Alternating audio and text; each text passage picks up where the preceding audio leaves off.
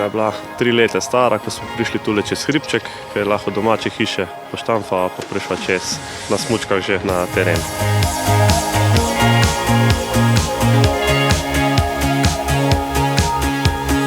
Jaz sem bil že 5 let kaplan tukaj, ko je ona šele na svet prišla. In tako sem jo potem spremljal vse skozi, ko je začela smučati.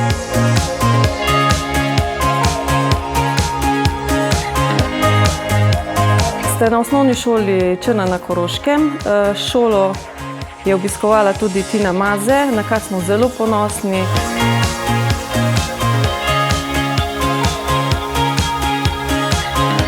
Tu se nahajamo zdaj v lokalu Kava Ručka, kjer Tina v bistvu od teh srednješolskih let naprej že zahaja sem, se druži s prijatelji, oziroma se družimo, je tako stičišče mladih, pa zdaj že v bistvu ne več tek mladih nas.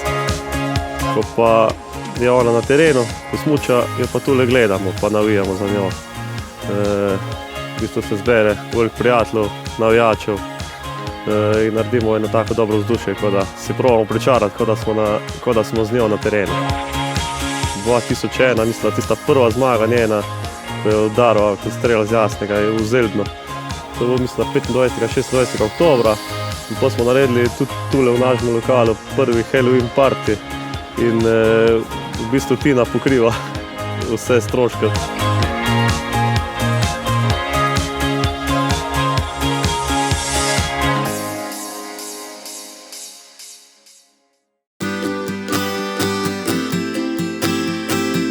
V Črni je center za usposabljanje delo in varstvo otrok s posebnimi potrebami.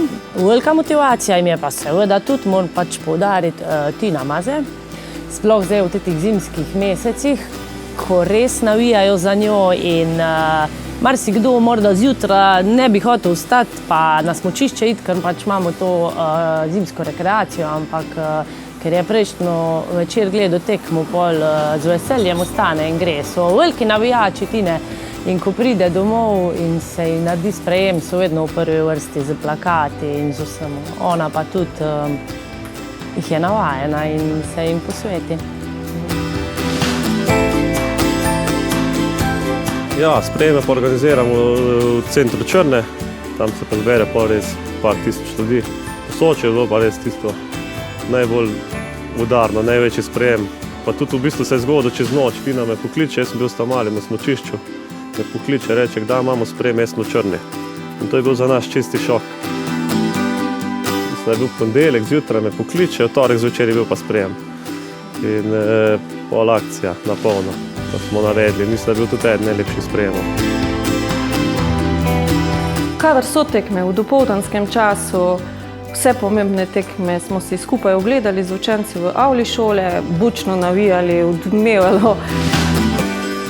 Ko Tina dobi medaljo, zdaj, ko je bila na zadnja medalja, 11 pa 20 po noči. Tedaj vključimo vse zvonove.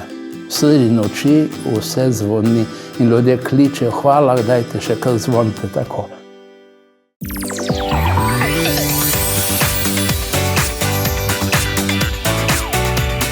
Zelo pogosto nas tudi obišče, skoraj vsako leto zaradi nečesa je že razlog. Prvo leto nam je prinesla darilni bon za učence 500 evrov. Bil je pa v bistvu zbran na tak način, da so bile to kazenski evri za gospoda Masija, ki je odgovarjal na telefonske klice med obedi, ki so jih skupaj preživeli. Naslednjo leto je prišla kot policistka, potem je prišla nasploh na obisk. Lansko šolsko leto je pa tudi pri nas poučevala nekaj ur, ki jih je morala opraviti kot študentka razrednega pouka. Pojdi, odlično vozi, zmagaj pa pridi nazaj. Pred 3 leti se je Tina v bistvu tudi zadnjič tule smučala, mislim, da z mojim malim dvema, da je imela v bistvu tak športni dan.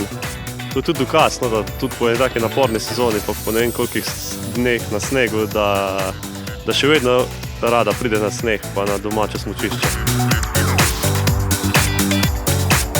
Tudi če bo končala s tem svojim smučanjem, Gotovo, da bo prišel tisti čas, ampak spomin na to uspešno obdobje nam bo pa ostal za vedno v spominu. A veste, da sem jih vprašala, če ima namen poučevati, ko bo pač enkrat, ne vem, ko zaključi kariero, ko ne vem kaj vse, pa ni ravno želela odgovoriti, oziroma je rekla, da trenutno se v tem poklicu ne vidi. Ne? Jaz jo vidim kje drugje, res čisto iskreno povedano.